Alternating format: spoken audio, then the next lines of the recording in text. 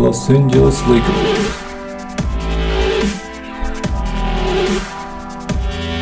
You're listening to Purple&Gold stream, the home of Los Angeles Lakers.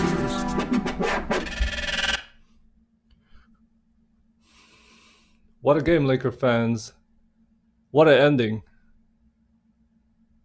You thought we were going to lose when we gave away that 7-point lead.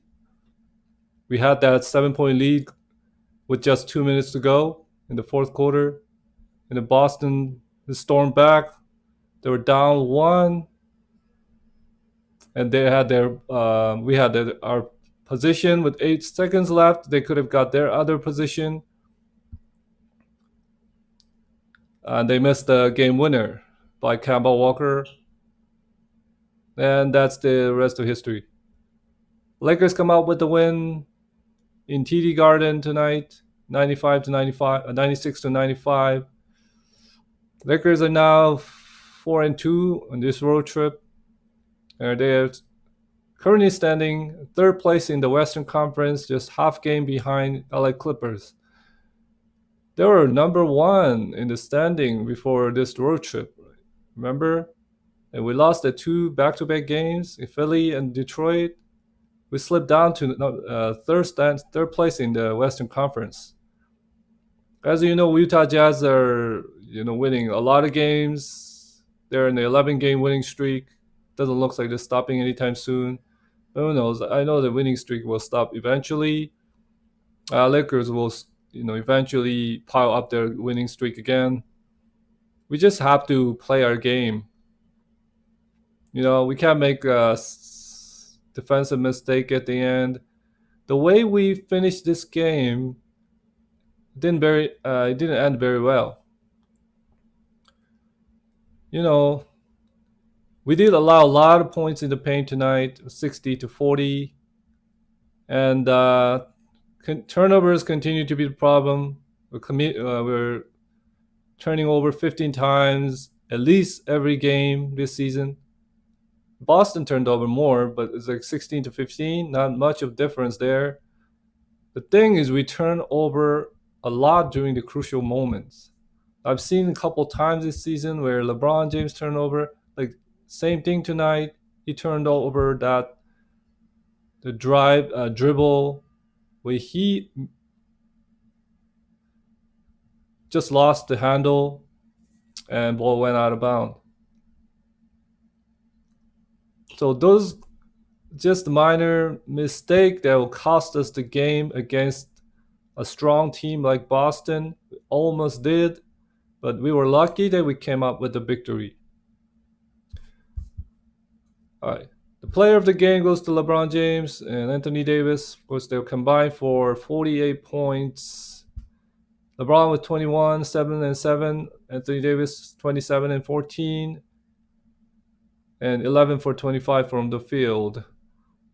Davis came out with the vengeance, pretty much rejuvenated. He looked fresh when he stepped on the court because he took that day off. And then, played well throughout the game, but he struggled a little bit in the second half, shooting the ball, especially the last position where he wasn't able to get the shot to go. Boston swarmed with double team, blocked the shot, and that could have been very crucial because if the Boston made that winning bucket, I think I put some blame on Davis for the last position. Unable to execute. The poor execution down the stretch is continuing to hurting the Lakers right now. Let's take a look at some of the game highlights and then I'll explain more in detail. Especially early in the season. So Lakers start with the Davis, LeBron, Gasol in the front, and the KCP and Shooter in the back. The first quarter was very pretty even game for both teams. None of the teams had a big lead tonight. Boston was leading as much as 10, and the Lakers with just 8. So they had a 15 lead changes. The one problem was Lakers wasn't able to stop they're the Boston's top 2 players, like Jason Tatum and Jaylen Brown. They'll combine for 58 points in this game. They scored 17 points just in the 3rd quarter alone, combined. And they were attacking a lot of points in the paint. We were not able to stop them getting to the paint.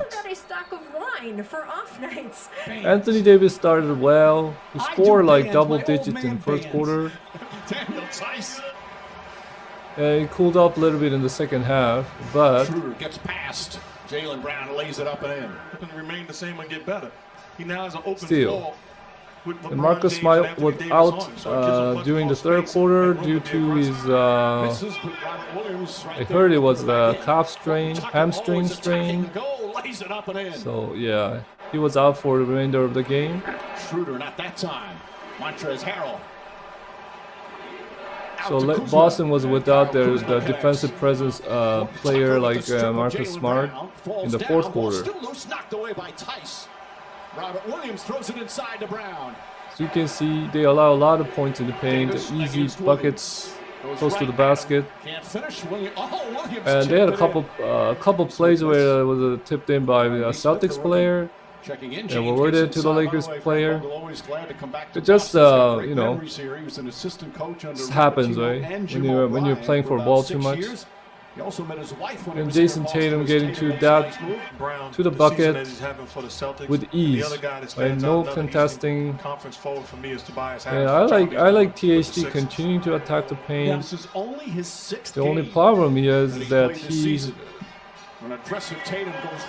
when he attacks so much stronger than he was when he came into this league. To the paint, I think he finishes that move, but not the way he does it instantly, not reading the play. Of course, that's just because he's a lack of experience. He needs to watch the game film more, to study the game of basketball more, and he'll get better.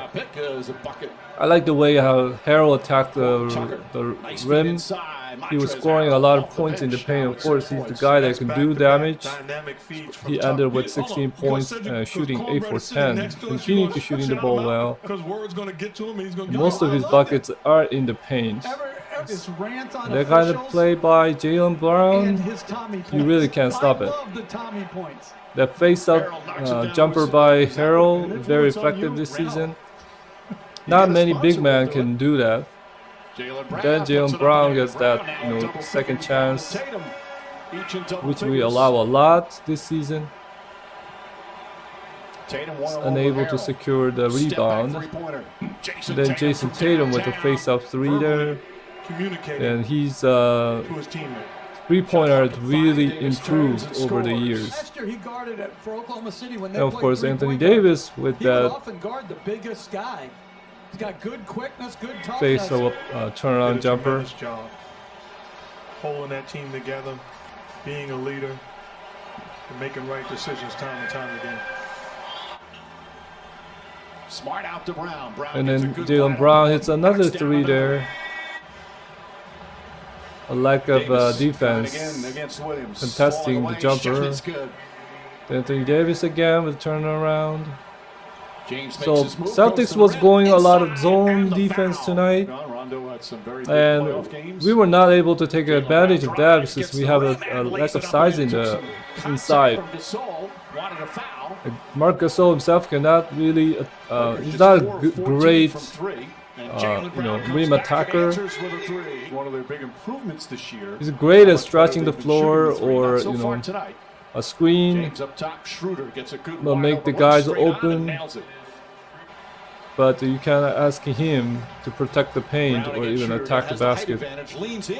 Yes, we continue to allow easy bucket inside. And that's been a problem for whole season.